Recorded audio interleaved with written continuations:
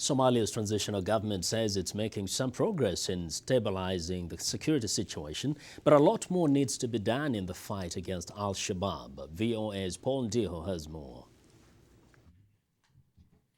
Mohamed Abdullahi Farmajo, Prime Minister of Somalia, says the al-Qaeda-linked militia group al-Shabab is vowing to avenge the killing of Osama bin Laden by continuing to kill and attack innocent civilians. Al-Shabab is trying to overthrow Somalia's transitional government and set up a state based on strict interpretation of Sharia law.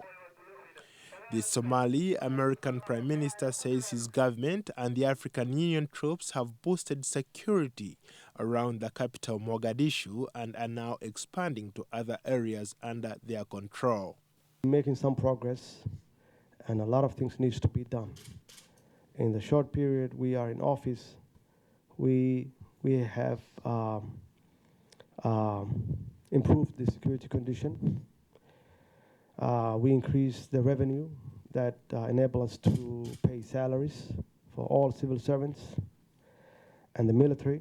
Mohamed Farmajo says his government has made some significant gains in trying to reach out to young militants in the last couple months, and more than 150 al-Shabaab militia fighters have defected and joined the government forces. In the middle rank and the youth who's doing the legwork and fighting, we reach out to them, and as a result, there is like over close to 150 defectors coming to our side, and we have received calls from those youth asking us where they can come if they wanted to defect. Al-Shabaab controls much of southern and central Somalia, but has lost some ground in recent weeks to a government offensive.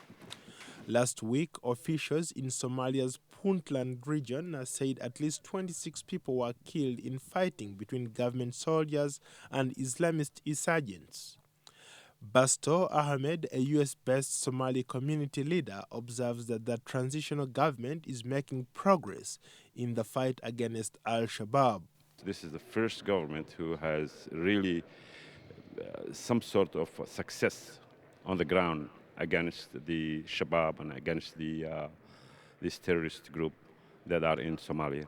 They have made some significant gains, and they only been in office for the last probably about 8 months. Ahmed says the killing of Osama bin Laden will diminish al-Qaeda's ability to support the Somali militant group. We hope that their funds, their economical funds from Shabab came from al-Qaeda. They had a meeting yesterday in Shabab leadership declared themselves that the loss of bin Laden will be missed because they used to get training from al-Qaeda and they used to get funds from al-Qaeda. David Schmock, Senior Vice President for the U.S. Institute of Peace, says that though the African Union and Somali forces have made headway against al-Shabaab, the group may not be deterred by the death of the al-Qaeda leader. Well, I think al-Shabab, although it's affiliated with al-Qaeda, I don't think it'll be significantly influenced or held back by the death of bin Laden. I would expect al-Shabab to carry on with its nastiness.